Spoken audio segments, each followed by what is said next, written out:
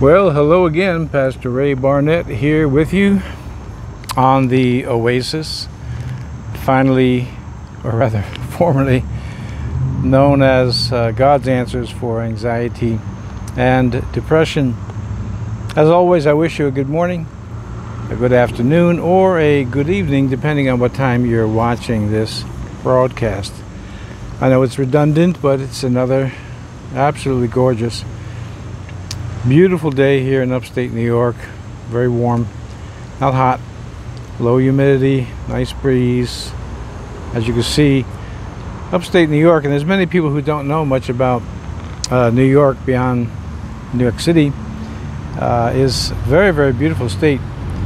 The Adirondack Mountains, which is right just a couple miles from my home, is 6 million acres of pristine, I wouldn't exactly call it wilderness, some parts of it is as intact as when the settlers, or that for that American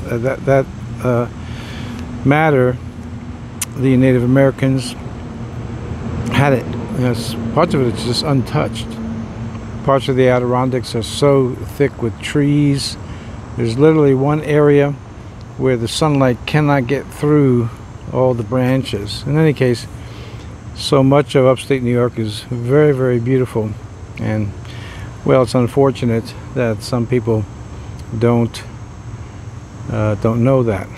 On the other hand, between New York and California, politically, there's a lot to be desired. I'll leave it with that. All right, so we are in the 23rd Psalm. I recall starting that with you a few weeks ago. Never really followed up on it, and I'd like to do that and finish it up. Perhaps not today, but this psalm is so engorged with possibilities for thinking, meditating, promises, and so I suppose this is the reason why so many people go to it, or why it's recommended to people with, problems, not just anxiety and depression, but all kinds of problems, to recite it before you go to bed at night, recite it early in the morning, and so on. 23rd Psalm is tremendous. It really is. So let's read it. I'm starting right at the first verse. It's only 6 short verses, and it says, "The Lord is my shepherd, I shall not want. He maketh me to lie down in green pastures. He leadeth me beside the still waters. He restoreth my soul.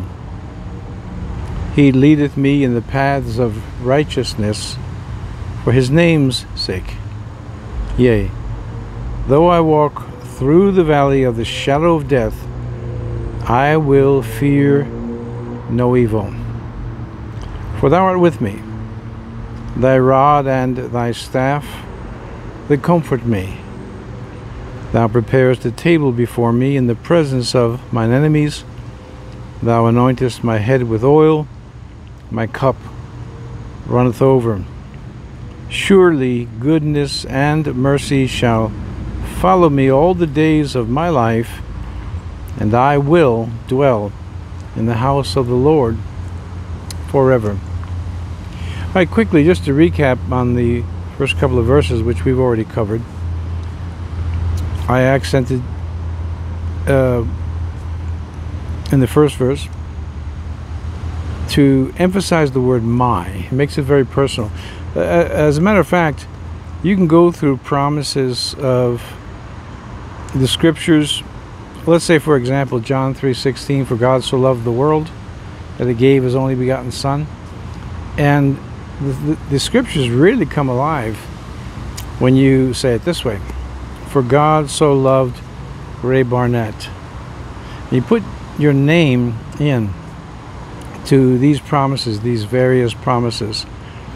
So Isaiah 26:3, "Thou wilt keep Ray Barnett in perfect peace if Ray Barnett's mind is stayed on thee. You know, so you get the idea. You can take the scriptures, promises, and take out some of the pronouns and put in your name, and the scriptures come alive. So first verse, the Lord is my shepherd, I shall not want. Second verse, maketh me to lie down. I shared with you the emphasis on the word maketh, which is something that was it's really contrived. He maketh me to lie down. Sometimes God, in his love for us, just puts in obstacles into our life and our way, and we're forced to just either stop altogether, or we're forced to slow down, and we went through that. He restoreth my soul. This certainly implies that the soul can, a couple of things, restoring implies a couple of things. Number one, that we do run out of energy, but I think everybody understands that. We need sleep, we need rest, and so the soul is restored by the Lord. Also, all of us go through life with wounds of the soul, wounds of the spirit, hurts. I always tell people, everybody has a story. Not everybody has had as rough a time as the other person, but in my experience, so many people come from backgrounds where, you know, one way or the other, it was difficult, and primarily because all of us have sinned. So if you have parents, no matter how good they were, they still weren't perfect. And then of course you always have parents that are maybe cruel or not so good. Either way, we all have a story to tell, and God is in the restoration business. So for instance, the hurts that you've been through, the bad experiences in life, in addition to just simply having a day-to-day necessity to be restored and replenished, God is in the restoration business. You know, I want to tell you a little something that just comes to my mind. Yesterday, now some of you know that I am a cardiac patient. I had open heart surgery in 2008. It's a strong genetic factor in my family, the Barnett family, but it's even on my mother's side as well. In either case, I was very healthy, ate healthy, always worked out. Of course, I'm in the Bible. I don't drink, smoke, and found myself on the operating table in 2008, and I had open heart surgery. Well, that's gone along very well, but a year ago, I said to myself, you know, I have to get very, very serious. I'm a very intense person, but I'm the type of person that if I make up my mind to do something, nothing gets in my way or stops me. I go all out. In any case, I got very, very strict about my diet. I gave up all meat, including fish and chicken, or turkey, fish and chicken. I have fish once a week, that's it. And I eat, you know, complex carbohydrates, vegetables, fruits, and no processed foods at all. Nothing in a bag, bottle, can, that type of thing. I don't have any dairy. And in the initial part of the diet, my blood sugar, which wasn't really, really bad, but it was starting to creep up with age, because that runs in my family too, diabetes. My blood sugar dropped 40 points in 8 weeks. Anyway, to make this longer story shorter, yesterday I had an appointment with my cardiologist. Over the last year and a half, see, heart disease, like some diseases and many diseases, doesn't get better, it gets worse, right? And in my case, it's actually improving. My condition is improving. Got God, got the Word. He restores my soul. And you know, the diet, I actually prayed about it, and I came up with this very simple conclusion. If God made it, it had to be good. Fruits, vegetables, and so on. And if man made it, then it wasn't so good. At least it's debatable. So I just gave up man-made things, and I gave up the meat for the obvious reasons of the fat and cholesterol. And yesterday, I was taking off yet another medication. This makes 4 altogether that I've been taking off in the last year and a half, plus the weight loss, which I honestly wasn't really my goal. I mean, I was very, very big, but that was mainly from powerlifting and all the strength training I did. But my point is that, you know, when I went into the office, my resting heart rate is like 48 on a regular day. If I'm even in the gym working out, it's hard for me to get it up into this upper 60s. My blood pressure 120 over 66, and all this blood work is just coming back really, really, really good. So I said all that just to make one point. I give the credit to God. Of course, I appreciate my doctors and medical science, but I give the credit to God, and He will restore your soul. So, you know, if you're diabetic or you've got heart disease, as I do, it's not beyond repair. Psychological conditions, difficulties you're having sleeping, and on and on and on and on. No matter what it is, God's arm is not shortened that it cannot save. His ear is not deaf that He cannot hear. He restores your soul. Yesterday we talked about walking through the valley of the shadow of death. 2 Timothy 1:7, which I quote often on this broadcast. For God hath not given unto us the spirit of fear, but of power and of love and of sound mind. So we not only can say that I'm not afraid of dying, we can lay claim and experience total freedom from all fears, which is pretty much why I started this broadcast. Psalm 34:4, I sought the Lord, and He heard me and delivered me from all my fears. And we have many, many verses in the Bible like this that is connected to serving God, knowing God, and what the Bible calls the fear of the Lord. And all of the promises are all good. Now, in my life, in my experience, I've seen these things come to pass in my own life. And on the one hand, I can say, well, in the end, that's really all that matters. One of my favorite quotes, though it's anonymous, that I like to share with people is this: the man with an experience is never at the mercy of the man with an argument.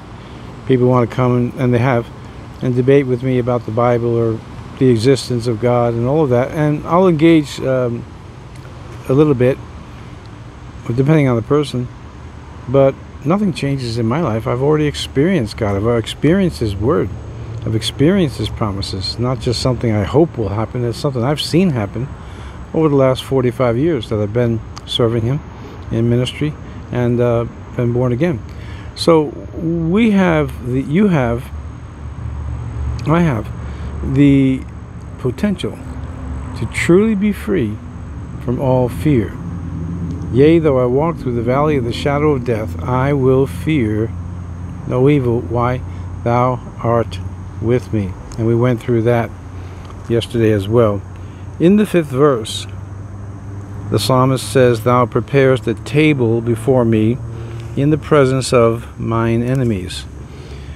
This is referring to, and I told you about Philip Keller's book, A Shepherd Looks at the 23rd Psalm. Very good book. I'd highly recommend you read it. But as sheep go out to graze, to eat, the shepherd has already been out into the places where they're going to go to make sure there's nothing toxic, dangerous, noxious, and all that for the sheep. So that's the immediate reference. Thou preparest the table before me. But then it goes, in the presence of mine enemies. No secret to anybody, no matter what country you live in, you're surrounded by enemies, by other countries, perhaps in your own neighborhood, your own city. Yet God is able to supply for you, and obviously for me. He is able to supply right in the presence of the people that hate you the most and want to do you the most harm. Now, I've seen this in my own life as well. I often tell people, somebody says, "Oh, Pastor, I love you. I just like you and enjoy you so much." And my retort is always this. I said, well, there's some people that really, really like me, and there's some people that really, really don't like me. For me, I prefer it that way. I like to know where I stand with people. Someone doesn't like me, okay. If it's something that I can change and amend, fine. And if I can't, that's fine too. I like it that way. Anyway, you know,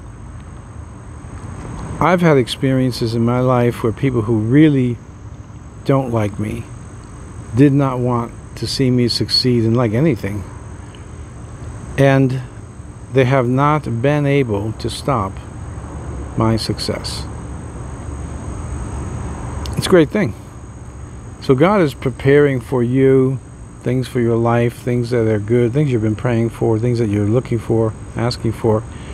And no man, no human being on the planet is able to prevent that or to stop that.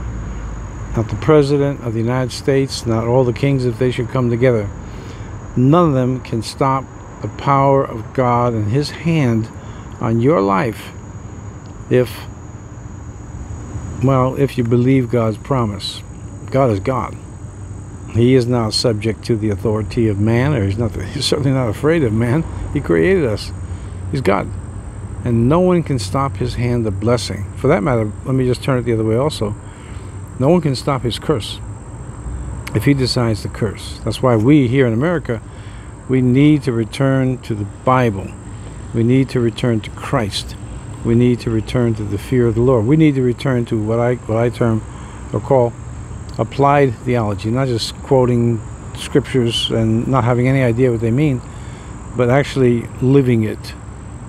Because if God decides to curse us, will curse us any further, nothing that we do, no one that we vote for, parties that we support, group meetings, nothing is going to prevent it. That's the truth. That's the truth. Okay, so with the blessing, it's the same thing. No one can prevent the blessing from coming on your life once God decrees it. Thou anointest my head with oil. This is a reference to what the shepherd will do with sheep to put on a type of balm on their nose and these vulnerable areas of the head where, you know, you have these pests like we do. I'll tell you the truth. There's two things I really hate: flies and mosquitoes. I have to say, they're both bad, but flies especially, they are so persistent, you know. You walk, you gotta kill them. You say, well, what about thou shalt not kill? Well, you gotta kill a fly and kill other things too. Anyway, you know, it's something the shepherd will do. He'll put an ointment on the sheep's face, around the nose and the mouth, around these areas where they would be vulnerable to insects and so on. Thou anointest my head with oil, my cup runneth over. There is no lack with God. Doesn't matter what the economy is doing. Doesn't matter what the stock market's doing. Doesn't matter what people say. All these pundits about how to make money and how to do all this stuff. I'm not saying they don't know what they're talking about, but everybody knows that, for instance, the stock market is volatile. I wouldn't say it is gambling. It's not, but you know, it has the same kind of a principle. You put money down, things are going well. You check out the next day, it's not going so well, and up and down. But not so with God.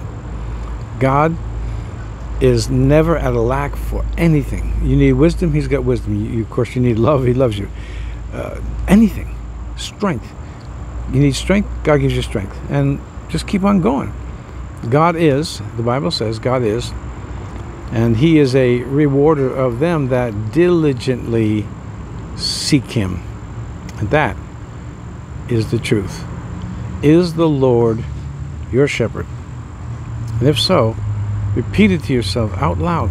Hey, the Lord is my shepherd, the same as He was David's shepherd, Abraham's, Isaac, Jacob, and Noah, Moses.